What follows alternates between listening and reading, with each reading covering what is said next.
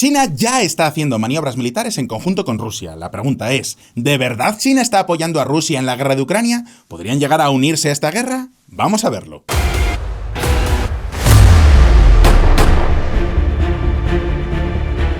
Militares chinos entrenando en Europa en las puertas de la OTAN. Que está realizando ejercicios militares conjuntos con Rusia. Hablamos también de militares chinos, han aterrizado en Bielorrusia durante el sábado 6 de julio. China es clave para que Rusia siga su guerra en Ucrania. Cuando empezó la guerra, China se mantuvo neutral con respecto a Rusia, pero eso está cambiando poco a poco.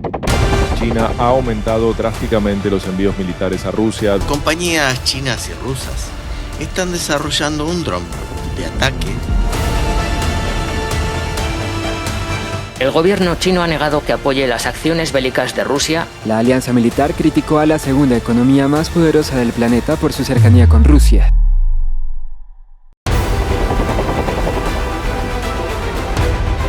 Ahora la pregunta es, ¿de verdad está China apoyando a Rusia? Y si no es así, ¿qué es lo que está pasando exactamente? En este vídeo te lo cuento. Tanto la OTAN como Estados Unidos están muy preocupados porque creen que China está apoyando a Rusia y pruebas no les faltan. No solo hablamos de los ejercicios militares en Bielorrusia, además, gracias a China, Rusia ha podido sortear todas las sanciones comerciales. ¿Que no puedes comprar coches alemanes? Tranquilo, tienes los coches chinos. ¿Que Europa no te compra el gas? Tranquilo, ahí está el gigante asiático listo para comprar. Y ya estáis viendo que incluso se han puesto a construir armamento juntos. Además, ambos son dictaduras, no tiene sentido que se junten todos los malos en una misma alianza. Rusia, Irán, Corea del Norte, China sería el equivalente a cuando el Joker, Enigma y Pingüino unieron fuerzas para derrotar a Batman. Esto ha pasado, mirad. Además, la alianza entre Rusia y China es una de las pocas cosas donde todos los bandos parecen estar de acuerdo. Quiero decir, en el Team OTAN todos los líderes están muy preocupados y muy deeply concerned de que estos dos países sumen fuerzas, pero es que en el Team Putin también están muy orgullosos de esa amistad con China. A fin de cuentas, ya hemos perdido el miedo a enfadar a Rusia, pero, oye, enfadar a Rusia y a China a la vez, eso sí que da mucho más miedo. Así que, por primera vez en esta guerra, Team Rusia y Team OTAN están de acuerdo en algo. ¿Quién es el único que les lleva la contraria? Exacto, China, que está diciendo que Rusia y yo estamos juntos. No, para nada. Oye, mira, somos amigos, o sea, comerciamos juntos, hacemos algún proyecto juntos, pero solamente amigos, ¿eh? O sea, no hay nada más entre nosotros. Y aquí es donde viene mi análisis. ¿Y si China en realidad estuviera aprovechándose de Rusia? Pensadlo así, mientras Rusia se desgasta en esta guerra, China tiene mucho que ganar. Básicamente recursos naturales a precio de saldo. Y ya sabéis la clásica jugada de Daddy China. Cuanto más desesperado estés, más barato te venderás. Visto así, la historia cambia completamente, ¿verdad? Ya no es el clásico cuento de supervillanos uniendo fuerzas, sino una historia con más matices de grises y más interesante. ¿Hasta qué punto China podría terminar comprándose Rusia a precio de saldo? Como es una historia compleja, la voy a dividir en dos partes, y esta es la primera. Cómo China se está aprovechando de Rusia gracias a la guerra de Ucrania. Hoy vamos a responder a estas preguntas, pero antes vamos a ver un poco de historia. Soy Fonseca y bienvenidos a mi canal.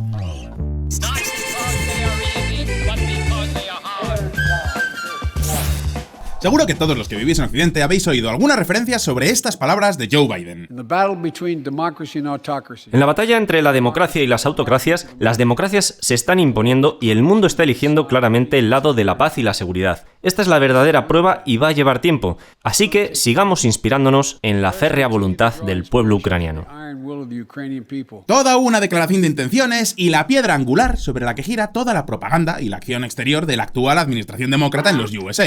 Por un lado tenemos a las viejas democracias liberales, es decir, los buenos, pacíficos, comerciantes y amigos de sus amigos. Por el otro tenemos a los malos, es decir, esos pérfidos regímenes autoritarios que no dudan en atacar a sus vecinos. Y vamos, creo que a estas alturas todos tenemos muy claro dónde están colocadas Rusia y China dentro de este esquema. Sin embargo, la historia nos ha demostrado que las alianzas de supervillanos para dominar el mundo solo ocurren en Batman.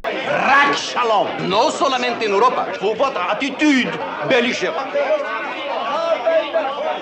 A poor united world in microcosm.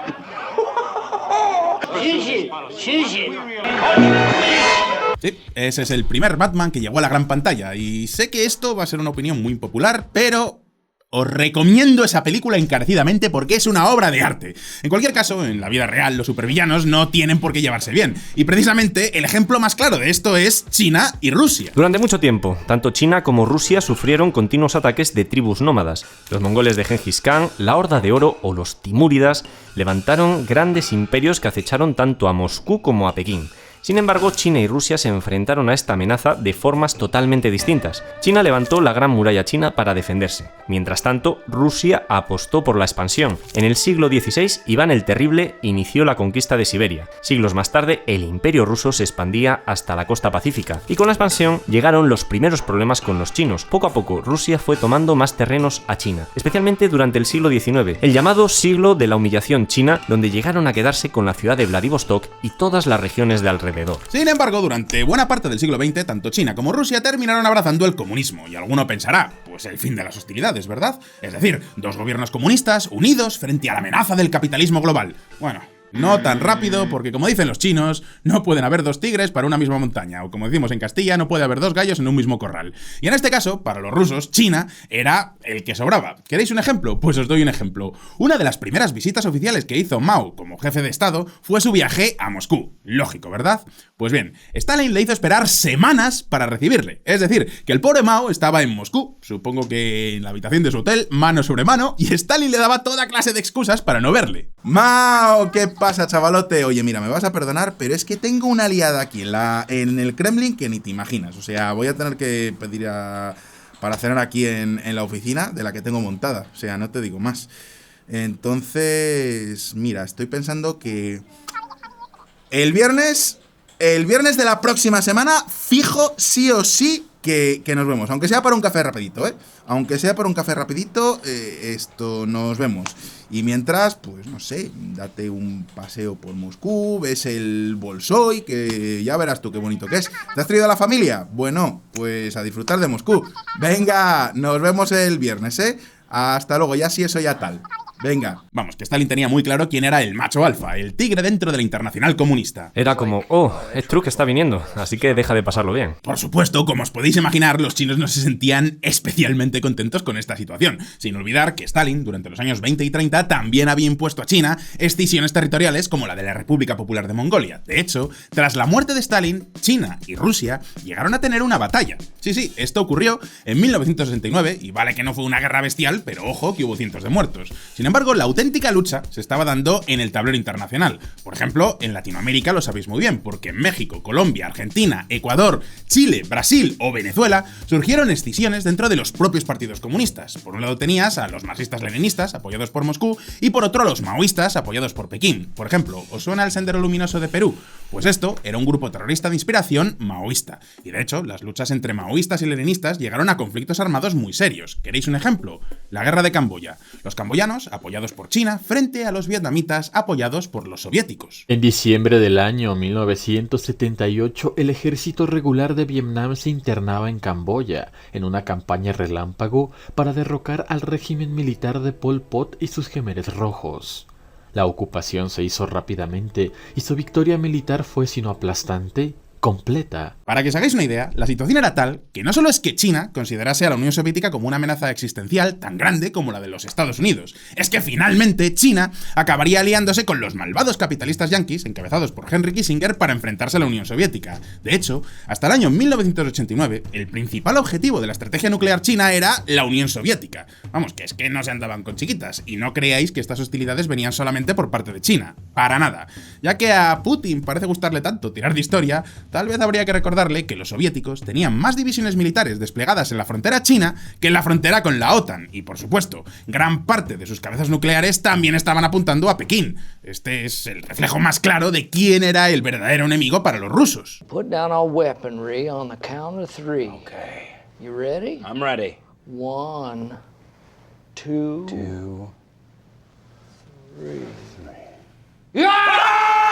Y curiosamente, ¿cuándo diríais que empezaron a mejorar las relaciones entre estos dos países? Pues justo cuando cayó la Unión Soviética. De hecho, hubo que esperar hasta 2001 para que China y Rusia firmaran un acuerdo para delimitar fronteras y prometerse buena vecindad. Ojo, buena vecindad, no amistad.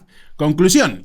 Históricamente, Moscú y Pekín se han llevado mal, ni amistad eterna ni nada parecido. Y entonces es cuando llega la guerra de Ucrania y China se convierte en el salvavidas de Rusia. ¿Qué ha pasado desde entonces? Pues ahora mismo lo vamos a ver.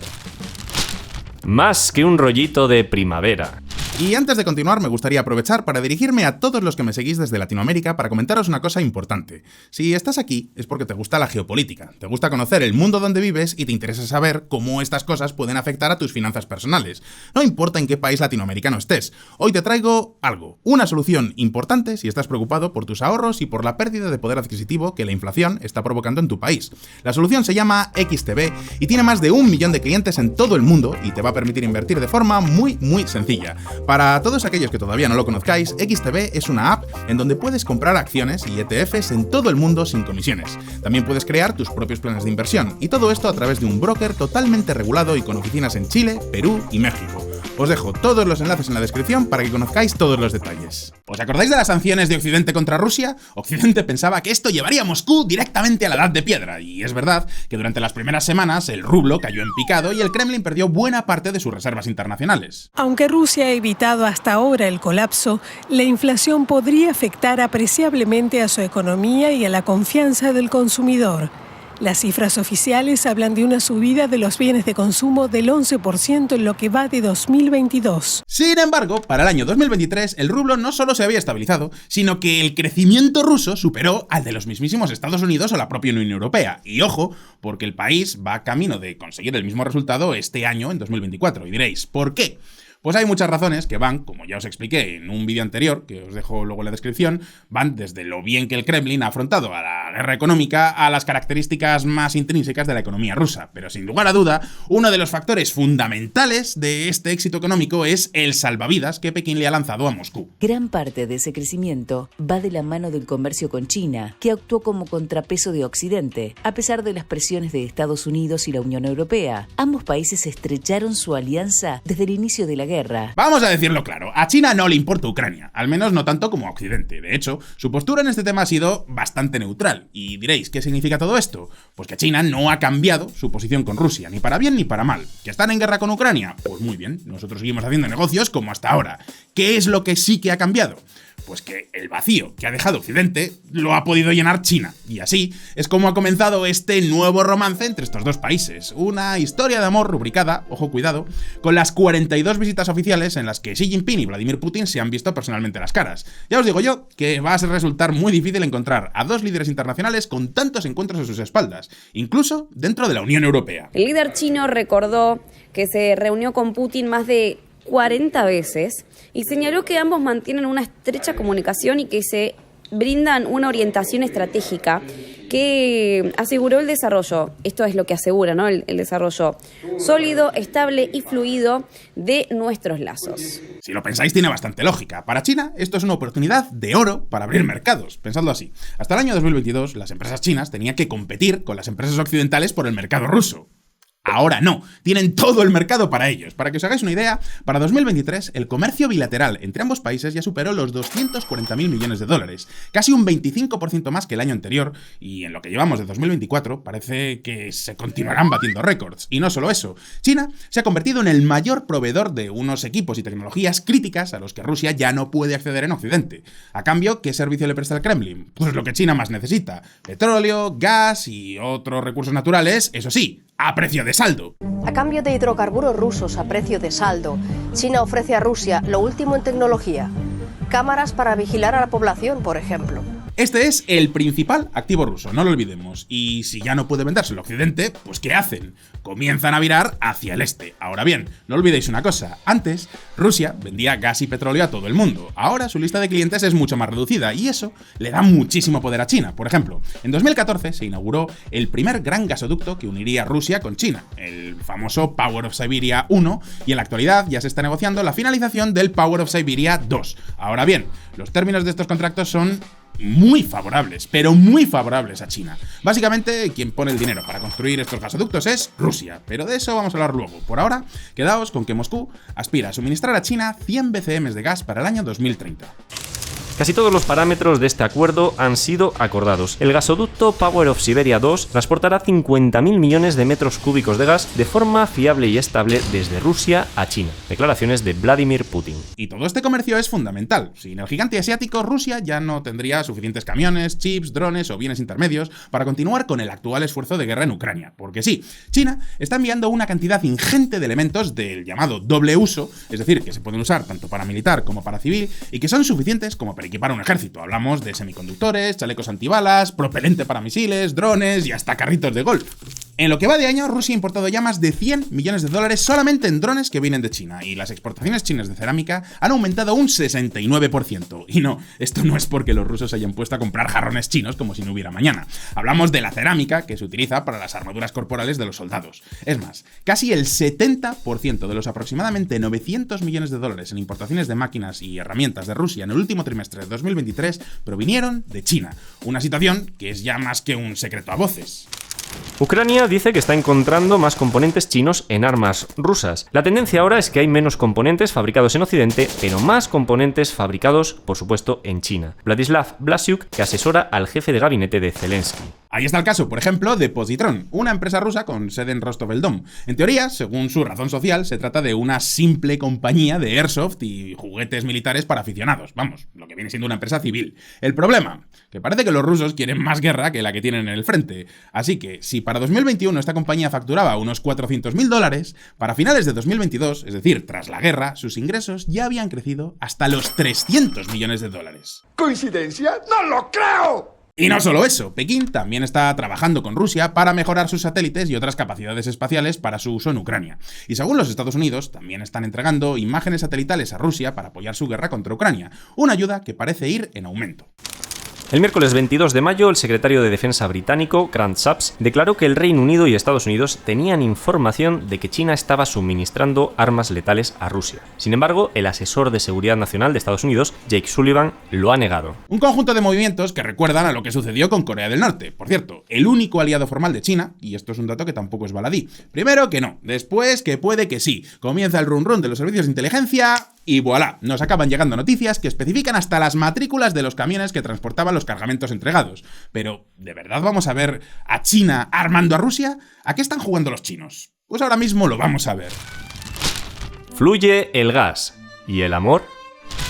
Antes de seguir, permitidme que os recuerde que en este canal saco vídeos nuevos todas las semanas. Pronto sacaré la segunda parte de este vídeo donde vamos a ver a fondo la estrategia general de China en todo lo que respecta a Rusia. En general, si os gusta la política internacional, alineada con un poco de humor negro, este es vuestro sitio, así que ya sabéis, suscribíos y dadle a la campanita para no perderos ninguna de mis actualizaciones. Y ahora, sigamos con la historia. Lo primero que quiero aclarar es eso de la relación de amistad sin límites entre Rusia y China, que tiene muchas más limitaciones que las que quiere vender Moscú, empezando por la propia palabra. Apoyándonos en las tradiciones de amistad y cooperación, podemos mirar al futuro con confianza. La asociación con China contribuye al crecimiento económico de nuestros países, garantiza la seguridad energética, ayuda a desarrollar la producción y a crear nuevos puestos de trabajo. Vladimir Putin. Moscú lo traduce como amistad sin límites. Sin embargo, para Pekín sería algo así como amabilidad sin límites. Y ojo, porque esto no es un error de traducción. Todas las veces que aparece la traducción china, figura como amabilidad, excepto cuando se menciona la amistad entre el pueblo ruso y el pueblo chino.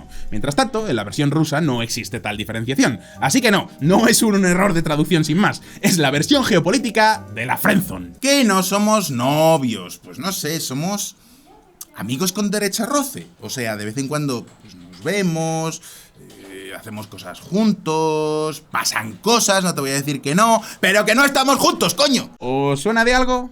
Exacto, es la clásica diplomacia sugar daddy a la que China nos tiene tan acostumbrados. Os lo he contado ya en varios vídeos. La diplomacia sugar daddy es la estrategia maestra y la estrategia señera de Xi Jinping. Primero encuentras un líder autoritario, hambriento de dinero y de ambición. Esperas al momento en el que Occidente le empieza a dar la espalda y después te dedicas a pagarle todos sus caprichos hasta que generas una relación de dependencia. Finalmente tienes a tu sugar baby comiendo de tu mano y puedes conseguir lo que quieras de ella. En este caso tenemos todos los ingredientes de la clásica diplomacia diplomacia sugar daddy de Xi Jinping. Rusia ha perdido el mercado occidental y además necesita dinero y tecnología para mantener el esfuerzo de guerra. China es prácticamente su única opción, junto con la India. Lo que pasa es que China tiene mucha más tecnología. Así que el comercio entre estos dos países se ha disparado. Ahora bien, se dispara de forma muy desigual, y alguno estará diciendo, pero Fonseca, si sobre el papel el comercio está muy equilibrado. Es decir, que Rusia importa de China más o menos lo mismo que exporta. Y sí, tenéis razón, si lo medimos en dinero, eso es así. Ahora bien, ¿qué es lo que le vende el uno al otro? Ahí está el problema, porque Rusia depende de las importaciones chinas de tecnología, importaciones que solo pueden llegar de China. Mientras tanto, China recibe recursos naturales que son perfectamente sustituibles por lo de otros países. En otras palabras, que los rusos se están convirtiendo en una gasolinera más para Pekín. Uno para ti, otro para mí. Uno para ti, otro para mí. Por ejemplo, ¿os acordáis de las 100 BCM de gas natural que Rusia quiere venderle a China? Eso es, si todo va según lo previsto. Es decir, que en cualquier momento China podría comprar mucho menos gas natural. De hecho, en 2023 solo importaban 16 BCM. Y ya os digo que la mayor parte del coste de infraestructura del gasoducto lo ha puesto Rusia. Pero incluso suponiendo que llegaran a venderles esas 100 BCM en el año 2030, por cierto, BCM es la unidad de medida de gas natural, es Billion of Cubic Meters, o sea, 1000 millones de metros cúbicos. Bueno, pues el plan es que para 2030 Rusia vendería 100 BCM a China. Pues bien, a Europa antes de la guerra le estaba vendiendo 155 BCM todos los años. Esto es antes de 2022, claro. Es decir, que ni en las mejores previsiones de Rusia se podría sustituir a China por Occidente. Pero no solo eso, China no es Alemania, no están dispuestos a pegarse un tiro en el pie dependiendo de un único proveedor de gas natural. De hecho, por el momento, la mayoría del gas natural que llega a China por gasoducto no viene de Rusia, sino de Turkmenistán. Así que si Rusia quiere que China compre, pues no le va a quedar otra que bajar los precios, tanto en gas como en petróleo. ¿Cuánto? Pues para que os hagáis una idea, Rusia se ha convertido en el principal suministrador de zumo de dinosaurio de China. Repito, esto es petróleo, no gas natural. Ahora bien, solo hablamos del 19% de sus importaciones. Sin embargo, aquí viene la madre del cordero. Es verdad que China subió sus importaciones de crudo ruso en un 11%. Eso si lo medimos en barriles de petróleo, pero si lo medimos en dinero, ¿cuánto diréis que han subido las importaciones? Pues solamente un 7,7%. Y diréis, ¿cómo se explica esta diferencia? Pues porque Rusia está tan desesperada que ha estado vendiendo a China con descuentos de hasta el 35% del precio del barril. ¿Y qué pasa con el gas? Pues por mucho que Rusia insista, los chinos siguen pidiendo precios más y más bajos. El proyecto en cuestión del que les vamos a hablar ahora lleva 2 años encima de la mesa, pero no termina de arrancar. Es el Power of Siberia 2, el poder de Siberia 2 en español, básicamente. Es el gasoducto de 2.600 kilómetros que va a llevar cada año 50.000 millones de metros cúbicos de gas ruso a China. Moscú contaba con este nuevo gasoducto para reconducir sus exportaciones después de las sanciones de Europa. Incluso estaba planeando, antes de que llegaran esas sanciones, poner en marcha este gasoducto. Pero ahora Pekín hace esperar a Vladimir Putin y el proyecto no termina de ver la luz. Para que os hagáis una idea, hasta ahora Rusia ha sido la que ha pagado prácticamente todo el coste de construcción del gasoducto, pero también Rusia es la que está reduciendo el precio del gas y la que está disminuyendo las cantidades que quieren enviar. Y aún así, Daddy China les pide más. ¿Cuánto más? Pues por lo visto, están pidiendo, atentos, un precio por el gas similar a los precios subsidiados dentro del mercado interno ruso. O sea, que no solo quiere gas barato, sino que también quiere subvenciones. Y os sigo recordando que hasta la fecha, el que está pagando todas las obras de los gasoductos es Rusia, y eso no es poco dinero. Gasoductos que no comprometen a China en nada. Es decir, que funcionaría como si fuera un grifo. ¿Me vendes el gas al precio que quiero? Abro el grifo. ¿No me vendes el gas al precio que quiero? Cierro el grifo. En otras palabras, vamos a construir un gasoducto. Eso es bueno, pero tú cubres con todos los costos. Eso es malo, pero te puedo comprar mucho gas. Eso es bueno. O también puedo comprarte poco gas. Eso es malo. Bueno, si me lo vendes barato, a lo mejor te compro más. Eso es bueno para mí. Y ya sé lo que me vais a decir muchos, sobre todo los que estéis más en el Team Putin. Me diréis que la balanza comercial entre Rusia y China continúa siendo positiva para ellos, o sea, para el Kremlin, y que este es un logro del que casi ningún país puede presumir. Y sí, tenéis razón, pero el diablo está en los detalles. Porque sí, hemos visto que el comercio global entre ambos países está alcanzando cifras récords, pero la tendencia es clara. Cada vez el superávit de Rusia es menor. Un superávit que solo se sostiene por las ventas de petróleo y de gas, que suponen alrededor de un 60% de las exportaciones rusas al gigante asiático. asiático. Y esto es muy peligroso para el Kremlin, pero muy, muy peligroso. ¿Por qué? Pues porque por un lado China puede darle chips, drones, teléfonos móviles, pero no cuenta con la tecnología occidental para mantener la infraestructura petrolera. Recordad que sacar gas y petróleo requiere de muchísima tecnología y casi toda está en manos de empresas occidentales. En otras palabras, ¿podríamos ver a Rusia seguir el mismo destino que ha seguido Venezuela? ¡Maestro Stricker, el piso se mueve! Rafa, acuérdate de cuando dijiste... Pero es que, por otro lado, también es muy peligroso depender de una única carta dentro de una relación tan asimétrica. Pensadlo así. Ahora mismo, China representa el 26% del comercio ruso. Antes era el 15%. Sin embargo, para China, Rusia solamente es el 3% de su comercio. Es decir, que si China perdiera a Rusia, podría sobrevivir. Pero si Rusia pierde a China, adiós economía. Conclusión. ¿De verdad estamos hablando de amistad o más bien de algo estilo esto? ¿Quieres este dólar? Pues ya sabes lo que me gusta que hagas. Vamos, Putin, sal a bailar, que tú lo haces fenomenal. Se mueve como una serpiente. Suave, suave, suave, suave, suave, suave, suave, suave, suave. Vamos, que China tiene la sartén por el mango en una relación en la que Rusia solo cuenta con sus materias primas como contrapeso. Y alguno dirá, bueno, pero las materias primas son importantes. China es un gigante con pies de barro y necesita de materias primas. Y sí, tenéis razón. Pero cada vez menos. China se ha apuntado también al carro de las renovables, y van bastante en serio. En 2010 el petróleo, gas y carbón representaban casi el 87% del consumo energético chino. En 2020 esa cifra ya se había reducido a menos del 76%. Y lo sé, no es un cambio abismal, pero ¿a que vosotros también estaríais nerviosos si vuestra única fuente de ingresos comienza a necesitaros cada vez menos? Ministerio de Turismo y Deporte, afuera. Ministerio de Cultura, afuera. Ministerio de Ambiente y Desarrollo Sostenible, afuera. Esto es algo que los rusos simplemente no pueden permitirse, más aún cuando tras la invasión la mayoría de las compañías occidentales abandonaron el país. ¿Y quién creéis que ha ocupado ese vacío? ¿Marcas rusas? Obviamente no, al menos no en lo importante. Desde los smartphones hasta los coches, los chinos han entrado arrasando con todo. Los chinos que están copando Rusia, y esto tiene que ver con las sanciones económicas que han tomado no solamente algunos estados, sino también diversas instituciones, en este caso automotrices, que se retiraron de Rusia. Hablamos, por ejemplo, en los últimos tiempos de Renault, Mercedes, también Nissan, y por eso el mercado está siendo capitalizado ahora por aquellos de fabricación china. Para que os hagáis una idea, los teléfonos chinos representan ya más de 2/3 de la cuota de mercado rusa, y las marcas chinas de coches han aumentado en solo 2 años de un 9,5% a un 30% del total de las ventas, y eso sin hablar del uso de yenes en el comercio ruso, que ha crecido de un 0,5% hasta un respetable 16%, y no hay razones para pensar que esta tendencia no continúe incrementándose en los próximos años. Y diréis, ¿por qué? Pues porque prácticamente todos los elementos en los que normalmente medimos el poder de una nación, el económico, tecnológico y militar, China ya ha sobrepasado con creces a Rusia, o al menos se está poniendo a su altura, especialmente en lo militar. Económicamente no creo que haya muchas dudas. De hecho, en términos nominales, la economía china es ya casi 10 veces superior a la rusa. Pero más importante, desde el año 2020, China supera a Rusia en PIB per cápita, y aunque Rusia sigue por delante en paridad de poder adquisitivo, a este ritmo no tardará mucho en ser superada. Más aún, cuando los pronósticos económicos del Fondo Monetario Internacional esperan que el PIB de China aumente a casi 30 billones de dólares para 2027. Billones en español, en inglés sería trillions, mientras que el ruso se estancará muy por debajo de los 2 billones de dólares. Atentos a esta noticia.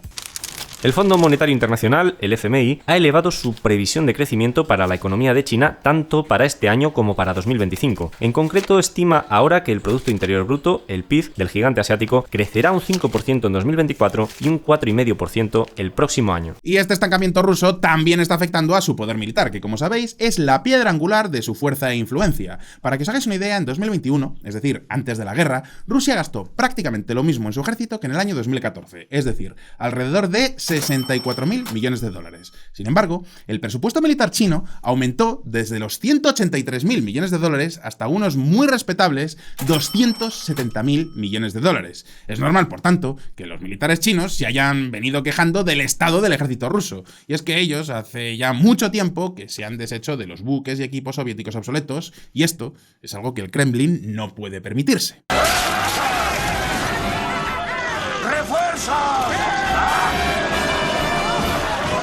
Y alguno me dirá, ya Fonseca, pero ¿y qué pasa con los ejercicios militares de China y Rusia? Hasta ahora hemos visto cómo China se ha limitado simplemente a aprovechar la coyuntura para conseguir beneficios económicos de Rusia, pero ¿cómo se explica que ahora se hayan puesto a hacer ejercicios militares conjuntos en Bielorrusia? La respuesta está en una palabra: experiencia. Pensando así, uno de los grandes puntos débiles de China es todo lo relacionado con lo militar. Lo hemos visto ya en varios vídeos. China ha crecido mucho económicamente, pero su músculo militar sigue siendo bastante esclerótico. Al menos si lo comparamos con su músculo industrial. Buena parte del arsenal chino está basado en el arsenal soviético. Y no solo eso, China apenas ha participado en grandes guerras. Eso significa que su ejército no tiene experiencia en combate y sus armas tampoco han sido probadas en el campo de batalla. Y ahí es donde la guerra de Ucrania se convierte en otra oportunidad para China, porque pueden ver cómo se comporta el arsenal ruso contra el occidental. Esto les sirve para sacar conclusiones muy útiles de cara a diseñar su propio arsenal. Dicho de otra forma, que China sabe que su choque con Occidente es inevitable y por eso la experiencia de Ucrania le resulta tan útil. Es decir, al mandar soldados chinos a Bielorrusia, Xi Jinping puede ver lo que significa combatir a Occidente de primera mano. Y todo esto sin tener que arriesgar la vida de ningún soldado, porque recuerdo que son simplemente ejercicios militares, no es ir a la guerra. Conclusión final, no os equivoquéis, China y Rusia no pueden ir de la mano porque sus intereses son contrapuestos. A China le interesa que la guerra se alargue y que Rusia se desgaste. Cuanto peor le vaya a Rusia, más posibilidades tiene China de sacar tajada, o como diría el expresidente del gobierno español, Mariano Rajoy: cuanto peor, mejor para todos, y cuanto peor para todos, mejor. Mejor para mí, el suyo, beneficio político. Y llegados a este punto, vamos a pasar a vuestra sección favorita del canal. Vamos con el OnlyFons. OnlyFons. Bienvenidos a OnlyFons, la sección donde hago fe de ratas, doy noticias del canal y respondo a las preguntas que me dejáis aquí abajo en los comentarios. Preguntas como esta. ¿Alguna vez pensaste en hacer otro tipo de contenido? No porque tu contenido sea malo, todo lo contrario, es increíble, sino por agotamiento de hablar de lo mismo. Es la pregunta de @BetoValladares. Gracias por tu pregunta, Beto. Y la respuesta es no, con comillas. Mira, mis dos grandes pasiones en esta vida son la política y la comunicación. Cualquiera que me conoce personalmente lo sabe muy bien. Es casi imposible tener una conversación conmigo sin terminar hablando de política. Ahora bien, sí es verdad que la política es un campo mucho más amplio. Incluye economía, psicología, filosofía, no solo es geopolítica, y por eso estoy sacando otro tipo de temas que también me interesan, como los de la serie de la guerra cultural. Por otro lado, sí me interesa experimentar con formatos de comunicación distintos. Ya os he dicho que mi otra gran pasión, aparte de la política, es la comunicación. Y esto no lo digo por decir. Para que os hagáis una idea, os cuento una cosa muy personal. Yo hice mi primer cortometraje con 13 años. De hecho, el primer programa de ordenador que aprendí a manejar antes que el Word fue el Adobe Premiere. No tenía un ordenador en casa, pero me dejaban uno en la Obra Social de Caja España, que, oye, les mando un saludo muy fuerte desde aquí, a la Obra Social de Caja España en Valladolid, donde pude montar mis primeros cortometrajes. Así que puedo decir que tengo el trabajo con el que soñaba desde que era un chaval, y por eso me gustaría probar otros tipos de contenido en el futuro. Las navidades pasadas, por ejemplo, publiqué la entrevista a Iván Pilip, y además estoy trabajando en alguna sorpresa más que os anunciaré cuando lo tenga ya todo cerrado. En general, creo que YouTube tiene muchas posibilidades por explorar. Por ejemplo, en este canal intento hacer vídeos más largos de los que solía hacer antes, explorar también algo más de humor, guiones mucho más trabajados, y algún día me gustaría salir del estudio y grabar algo más estilo documental. Así que en resumen, no quiero salirme de la política porque es lo que más me gusta, pero sí quiero poder hacer experimentos de vez en cuando. Y llegados a este punto ahora, el turno es para vosotros. ¿Pensáis que es inevitable que Rusia se convierta en el juguete perfecto de Daddy China? ¿Triunfará la política del Sugar Daddy, en este caso? En un próximo vídeo en el canal veremos cómo Rusia y China tienen más de una razón para mirarse con desconfianza. Pero mientras tanto, podéis dejarme vuestra respuesta aquí abajo en los comentarios. Y como siempre, no olvidéis que aquí, en Solo Fonseca, sacamos vídeos nuevos todas las semanas, así que ya sabéis, suscribíos a este canal y dadle a la campanita para no perderos ninguna de nuestras actualizaciones. Si os ha gustado este vídeo, dadle a like y nos vemos en el próximo. Gracias por estar ahí y hasta pronto.